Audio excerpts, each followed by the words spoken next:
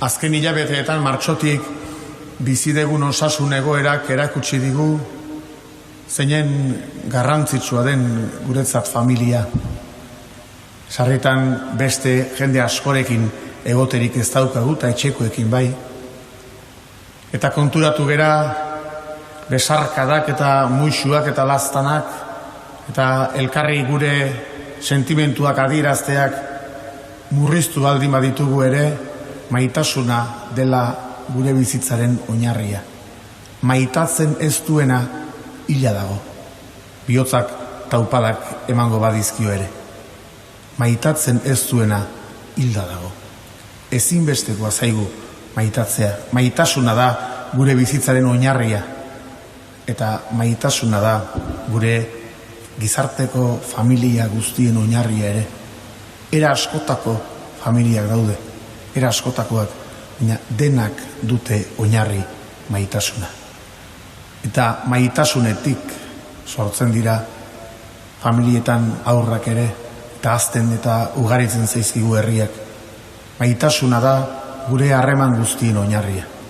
Gaur, Jose eta Mariak Jesusekin bizi izan zuten harreman maitekorra ospatzen dugu.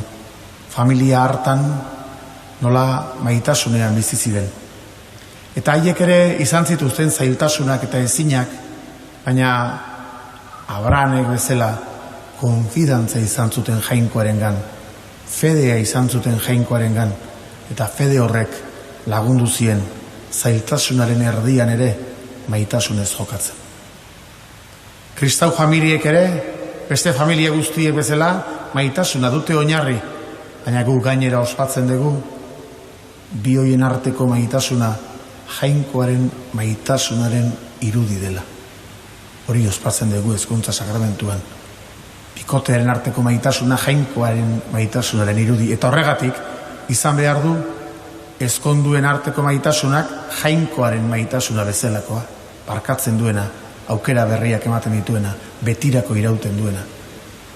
Gaur eskerrak ematen dizkiogu jainkoari, gutako bakoitzak bere familiaren gatik. Familian ikasi dugu nor izaten, familian ikasi dugu maitatzen, arduraz jokatzen.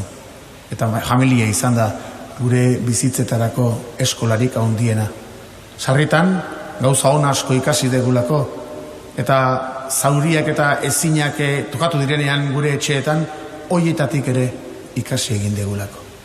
Eskerrak eman dizaizkigun, familia hoietan jaso genuelako, gure altxorrik ederrena, fededun izatea, Jesus familianik jaso genuen.